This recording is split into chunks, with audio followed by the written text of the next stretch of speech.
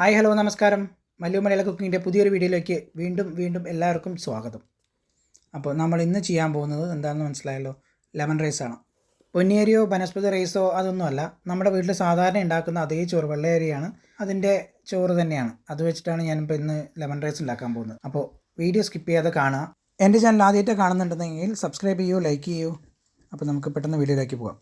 ഇതിനായി ഞാനിവിടെ നമ്മുടെ വീട്ടിലുണ്ടാക്കുന്ന സാധാ ചോറ് തന്നെ എടുത്തിരിക്കുന്നത്. ഞാനിതിനെ ഉപ്പിട്ട് വേവിച്ചെടുത്ത ചോറാണിത്. അങ്ങനെയാകുമ്പോൾ ചോറുകൾ തമ്മിൽ ഒട്ടില്ല. ഇതിനായി ഞാൻ 7 കപ്പ് ചോറാണ് എടുത്തിരിക്കുന്നത്, അതായത് 200 ml 7 കപ്പ്. ഇതിനായിട്ട് നമ്മൾ ഒരുപാട് വെന്ത ചോറ് എടുക്കരുത്. വെന്ത ചോറ് എടുത്തു കഴിഞ്ഞാൽ നമുക്ക് അതാണ് കുഴഞ്ഞിരിക്കും. ഈ ഒരു വേവാകുമ്പോൾ പെട്ടെന്ന് കേട് വരില്ല ചോറ്. ചോറ് താളിക്കാൻ ആവശ്യമായ സാധനങ്ങൾ നമുക്ക് റെഡിയാക്കി എടുക്കാം. ഒരു ചൂടായ പാത്രത്തിലേക്ക് നമുക്കൊരു 3 ടേബിൾ സ്പൂൺ സൺഫ്ലവർ ഓയിലാണ് അത് വെച്ച് കൊടുക്കാം. ചൂടായ എണ്ണയിലേക്ക് നമുക്ക് 1 ടീസ്പൂൺ കടുക് ഇട്ട് കൊടുക്കാം. പിന്നെ 1 ടേബിൾ സ്പൂൺ വെള്ളം ഉഴുന്നാണ് ഇട്ട് കൊടുക്കുക. ഇനി ഇത് നല്ല പോലെ ഒന്ന് ഇളക്കി യോജിപ്പിക്കാം. വെള്ളം ഉഴുന്ന് വന്നിട്ട് നമുക്ക് നന്നായിട്ടൊരു ഗോൾഡൻ കളർ ആവുന്ന വരയ്ക്ക് നന്നായിട്ടൊന്ന് ഇളക്കി കൊടുക്കുക. തീ ഒരു ലോ ഫ്ലെയിമിൽ വെച്ചാൽ മതി, പതുക്കെ ആയാൽ മതി. പെട്ടെന്ന് ഇനി കരിഞ്ഞ് പോകണ്ട, അത് കാരണം നമുക്ക് ലോ ഫ്ലെയിമിൽ വെച്ചിട്ട് നന്നായിട്ട് ഇളക്കി കൊടുക്കാം. ഏകദേശം ഇതാ നമ്മുടെ ഇവിടെ ഉഴുന്ന് ഇവിടെ റെഡി ആയിട്ടുണ്ട്. ഇനി നമുക്കിതിലേക്ക് 1 ടീസ്പൂൺ കടലപ്പരിപ്പ് ഇട്ട് കൊടുക്കാം. ഇനി ഇതുപോലെ നന്നായിട്ടൊന്ന് ഇളക്കി കൊടുക്കാം. നമ്മൾ പരിപ്പൊന്ന് മൂത്ത് വരട്ടെ, അതുവരെ നമുക്കൊന്നിങ്ങനെ ഇളക്കി കൊടുക്കാം. ഓക്കെ, ഇത്രയും മതിയാവും. ഇനി നമുക്ക് ചേർക്കാനുള്ളത് നിലക്കടലയാണ്.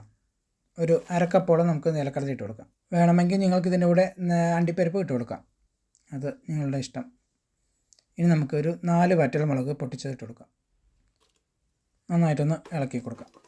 ഒരു കാര്യം പ്രത്യേകം ശ്രദ്ധിക്കുക, തീ ഒരു ലോ ഫ്ലെയിമിൽ തന്നെ വെച്ചാൽ മതി.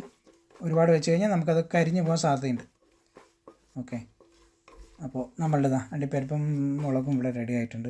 ഇനി നമുക്കിതിലേക്ക് ചേർക്കാനുള്ളത് ഒരു 5 പച്ചമുളക്, എരിവിന് ആവശ്യമായിട്ടുള്ളൊരു 5 പച്ചമുളക്. നിങ്ങൾക്ക് ഇതിനനുസരിച്ച് കൂട്ടുക കുറയ്ക്കുകയോ ചെയ്യാം. ഞാനിവിടെ 5 ചേർത്തിട്ടുണ്ട്. ഇനി 1 ടേബിൾ സ്പൂൺ ഇഞ്ചിയാണ് അത് ഇട്ട് കൊടുത്തിട്ടുണ്ട്. നല്ലപോലെ ഒന്ന് ഇളക്കി കൊടുക്കാം. ഓക്കെ, ഇനി നമുക്ക് ചേർക്കാനുള്ളത് കുറച്ച് കറിവേപ്പിലയാണ്. കറിവേപ്പില ഇട്ട് കൊടുക്കാം. അതേപോലെ തന്നെ നന്നായിട്ടൊന്ന് ഇളക്കി കൊടുക്കാം. നമ്മളിപ്പോൾ ഇട്ട് കൊടുത്ത ചേരുവകളെല്ലാം നല്ല പോലെ ഒന്ന് മൊരിഞ്ഞിട്ടുണ്ട്. ഓക്കെ, ഇത്രയും മതിയാവും. ഇനി നമുക്ക് പൊടികൾ ചേർക്കാം. 1/2 ടീസ്പൂൺ മഞ്ഞൾപ്പൊടി. നിങ്ങൾ കളറിന് കുറച്ചും കൂടി വേണമെന്നുണ്ട് വെച്ചാൽ ഒരു കുറച്ചും കൂടി കൂടുതലാക്കിയിട്ട് നമുക്ക് ഇട്ട് കൊടുക്കാം. ഞാനിപ്പോൾ 1/2 ടീസ്പൂൺ എടുത്തിരിക്കുന്നത്. ഇനി ഒരു 1/4 ടീസ്പൂൺ കായപ്പൊടിയാണ് ഇട്ട് കൊടുക്കുന്നത്. ഇനി നമുക്ക് നല്ലപോലെ ഒന്ന് ഇളക്കി കൊടുക്കാം. നമ്മുടെ മഞ്ഞൾപ്പൊടിയും കായും എല്ലാം കൂടി ഒന്ന് നല്ലപോലെ ഒന്ന് ഇളക്കി കൊടുക്കാം.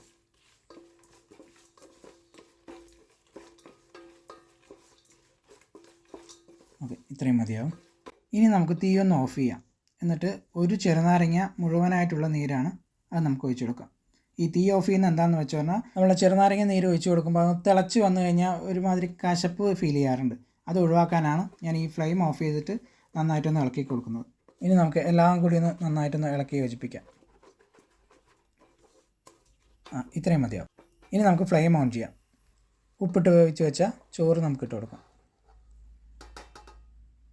ഇതിലേക്ക് ഇനി കുറച്ച് മല്ലിയില ഇട്ട് കൊടുക്കാം.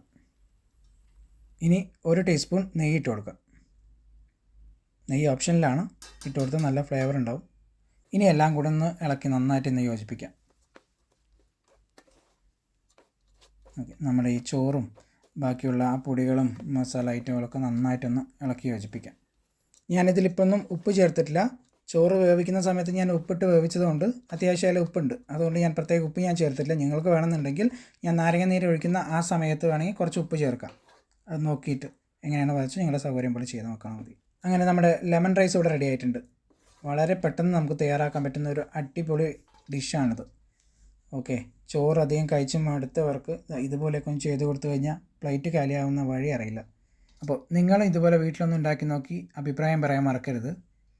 എൻ്റെ ചാനൽ ആദ്യമായിട്ട് കാണുന്നുണ്ടെങ്കിൽ ഞാൻ നേരത്തെ പറഞ്ഞ പോലെ സബ്സ്ക്രൈബ് ചെയ്യുക, ലൈക്ക് ചെയ്യുക. പിന്നെ വീഡിയോ ഇഷ്ടപ്പെട്ടാൽ ഫ്രണ്ട്സിനും ഫാമിലിക്കും ഷെയർ ചെയ്യുക. അപ്പോൾ നിങ്ങളുടെ അഭിപ്രായങ്ങളും നിർദ്ദേശങ്ങളും താഴെ കമൻറ്റ് ചെയ്യാൻ മറക്കരുത്. അപ്പോൾ ഇതുപോലുള്ള ഈസി റെസിപ്പി ആയിട്ട് അടുത്ത വീഡിയോയിൽ കാണാം. താങ്ക്